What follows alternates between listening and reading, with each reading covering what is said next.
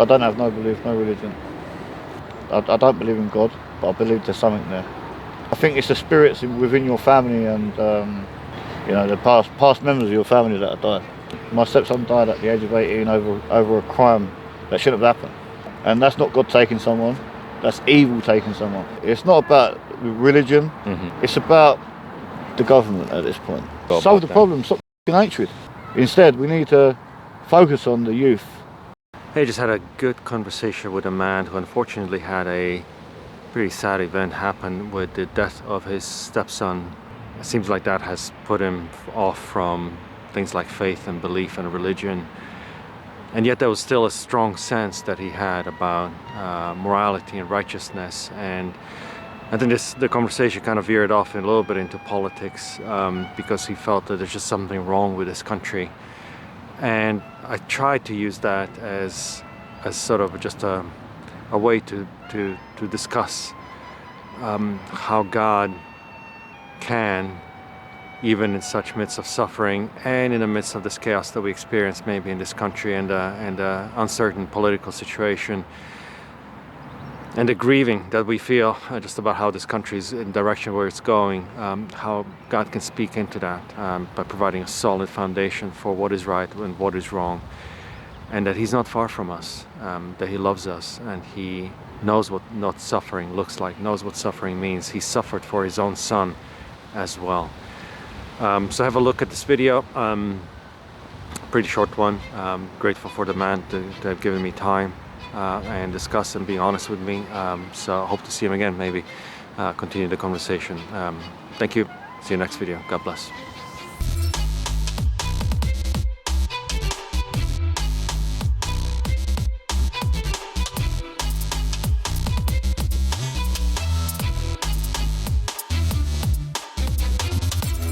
Do you have any faith, any belief, any religion? I don't have no belief, no religion. Has that changed for you over the years? I believe there's something there, obviously over the years, but I don't believe in God, but I believe there's something there. Yeah, I think there's someone looking over us, but not God. Not God, yeah. And I think it's the spirits within your family and the past members of your family that have died, right, that look after you and look over you. Yeah. And why not? Why not God? Why not? Because God. When you meet your Maker, you're supposed to meet God. My stepson died at the age of 18 over a crime that shouldn't have happened. And everyone says, "Oh, God is your Maker," and you die when God wants you to die. That ain't true. Because it's the world we live in. Explain to me a little bit more about that, right? Obviously, I'm very struck by the. My stepson got killed in 2020, and he was riding a motorcycle, and he got taken off by a car on the street up the road. You probably, if you Google it, you'll know what I'm talking about. It was right in the middle of the first lockdown, or just before the first lockdown, and he got run off his motorbike. He got stabbed in his femoral artery. Oh, and that's not a way to, that's not a way to die. Yeah. And that's not God taking someone. That's evil taking someone. Yeah. And this country's just getting worse and worse. Yeah. I know you don't like talking about politics, but we got a London mayor that says, we're getting better at this. The crime rate's coming down, but you got kids shooting each other at the age of 13. Yeah. No, I agree. And it's just getting worse and worse. You hear someone say, if there's evil, there must be good. No, you believe in that? I believe if someone, say like if you got run over by accident and you died, I believe that's God's way of saying that's your time. But if you're getting stabbed or shot, it doesn't mean God's taking you. That's evil. That's evil in other people. That's what take. If I was coming out of this park and I crossed the road and I got run over, I'd say that's God. Right, but if you're getting stabbed or you're getting shot or you're getting beat to a pulp, that's not God's will to say this is your time. Yeah, no, I agree with that. I agree. I wasn't disagreeing with that. I was just sort of saying is that if there is things that we recognize as being wrong, right? Things that you now experience this loss, right? That is very, very sad, right? I'm saying the reason we feel sad about these things is because we believe there's something better out there, right? There is something better, we believe that life could be better. Life shouldn't be like this, right? What I'm saying is that I think God believes the same way, right? I think He is the one who has, first of all, created all of these things, right? He's given us the gift of life. He's given us this creation. However, now we decide. He given us free will, and with that free will, we decide whatever we want to do. That person that ran your stepson over your motorcycle, he's the one who committed a sin. He committed a crime, right? And he should be punished for that, right? He should be, judgment should be upon him. But I think, God allows certain sense of freedom in this world, and it's a fallen world. This is not heaven. This is not heaven, right? Heaven is yet to come. Heaven is after this life. He's asking us to live this life in such a way that we are doing good to our neighbors, right? And that we trust Him with our lives, with our souls, right? Because by doing so, we can know Him, and we can know what true good and what true sort of knowledge and relationship with God looks like. If we reject Him, then we are going to continuously live a life of just sin. That's what Christianity really teaches. At this point, I think it's sorry to go into it. It's not about religion. It's about the government at this point. Right. The government are treating people like guinea pigs. They're making us all fight. And that's what I believe. You're letting a march go on that are racist to thousands of people. It doesn't matter who you are. I was saying to this my mate the other day, how can you go to a march and then after that march you're going to go get drunk? After that you're going to go to a Muslim or a Turkish restaurant, or you're going to get a kebab, and then you want NHS healthcare because you've been hurt. 99% of the NHS don't come from this country. They're the same people, from the same background that you're preaching on this march. And that's why I have to say this, because I hate it. I watch it on TV. I go on the news on a Saturday morning, and I'm watching all this bullshit. It's corrupt. The government ain't helping. Sadiq Khan ain't helping. Because he lets it happen. He's the one who says, "Oh yeah, we can do this, we can do that." And actually, I would agree with you. I'm not happy with this government. Sorry to talk about politics, but it's the truth. I'm not happy with this government either, right? And we've got two-tier police. I believe in a two-tier policing, by the way. I do, I really do. But I'm not one of them people like that. I'm not going to say his name, but you know what I'm talking about. I don't believe in these rituals or his statements that he says, because it's not right. I've worked with a lot of people, Eastern European, Asian, Indian. They're not the problem. The problem is the English people. They're so-called patriots, the racists. That is what is the problem with this country. Okay. Because if you go to the doctors, you're not going to see a white doctor. 99% of the time, you're not going to see a white doctor or an English doctor. When I say white, I meant English, or British or Christian. You're not going to see a Christian doctor 99% of the time. Muslim.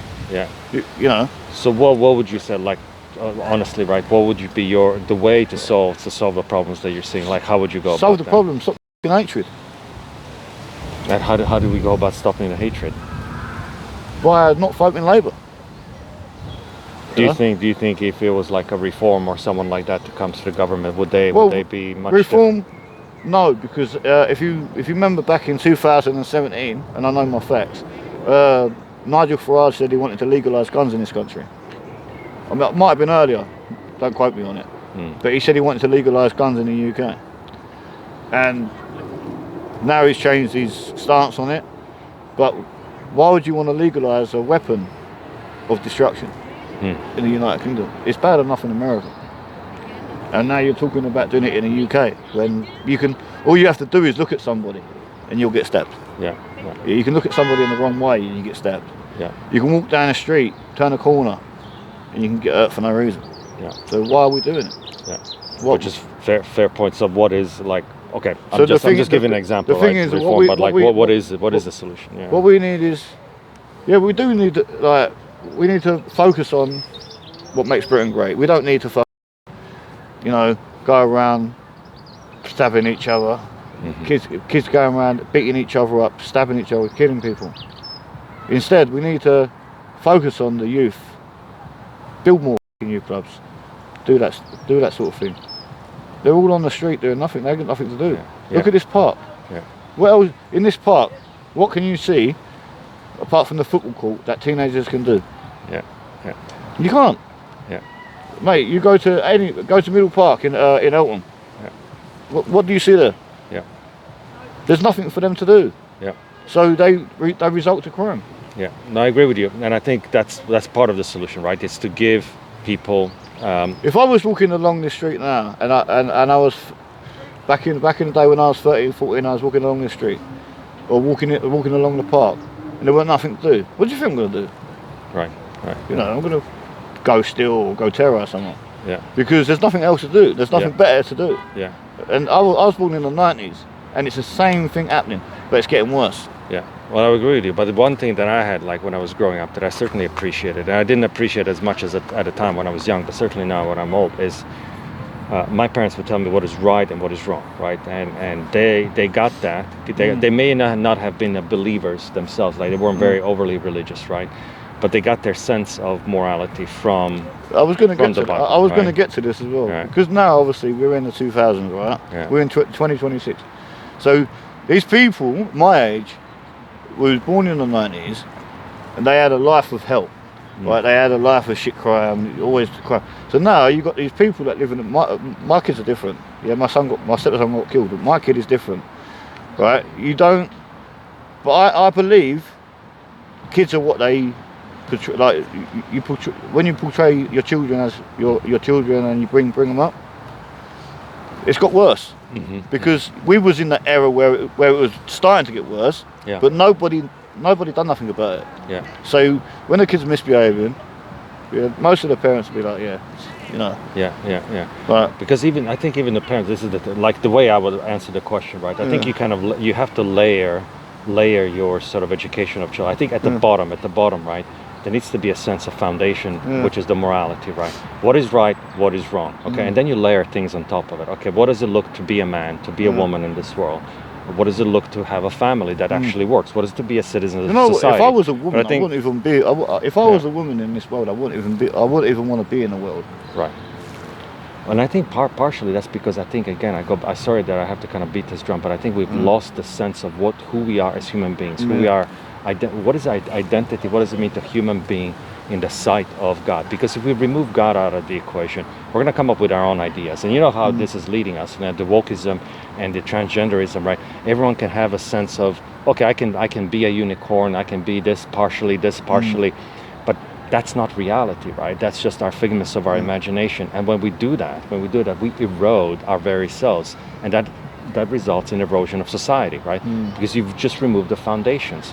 And if you don't have foundations, it's just sand, and every way the wind blows, right? That's where you kind of go. But then you're unanchored. You're just like you're just floating. You have no purpose, no direction, right? And that's kind of what I see today with the youth. But we are seeing the youth going back to the churches because they're looking for something that is lasting, something that is meaningful, something that is solid, right? Maybe they have wrong motives to go there, but they say, look, I'm not seeing that in the world. The world is not giving me something solid. I'm going to go to church, and going usually to the very hierarchical and patriarchal churches. They go to Eastern Orthodox, they go to Catholics because they see the structure and they say, okay, this is what I need. I need something solid. I need something that I can put my hat on and say, okay, now you guys tell me, what does it mean to grow up? What does it mean to live a life like a man? Yeah, that's what I was saying. This is what I meant. Kids need structure. Yeah, you know. I think they do. If they haven't got that structure, you're living in a war zone. Yeah, and it doesn't matter what government is going to be. I mean, even if it doesn't matter what government. It's just going to be that problem is going to persist. If the kids ain't got structure, it doesnment matter what government we live in. Yeah. We're going to be in a war zone. Yeah. If the kids had structure, like you said, everything the world would be a better place. And it's not even just children, you know, you've got grown adults going around. But if the structure was properly and they were structured, then we all get some, you know, more morals out of it, and that would be better. This world would be better. That's what I believe anyway. Yeah. So thank you so much, man, for sorry, listening. I'm a bit wired, but no problem. I know what I'm talking about. Yeah.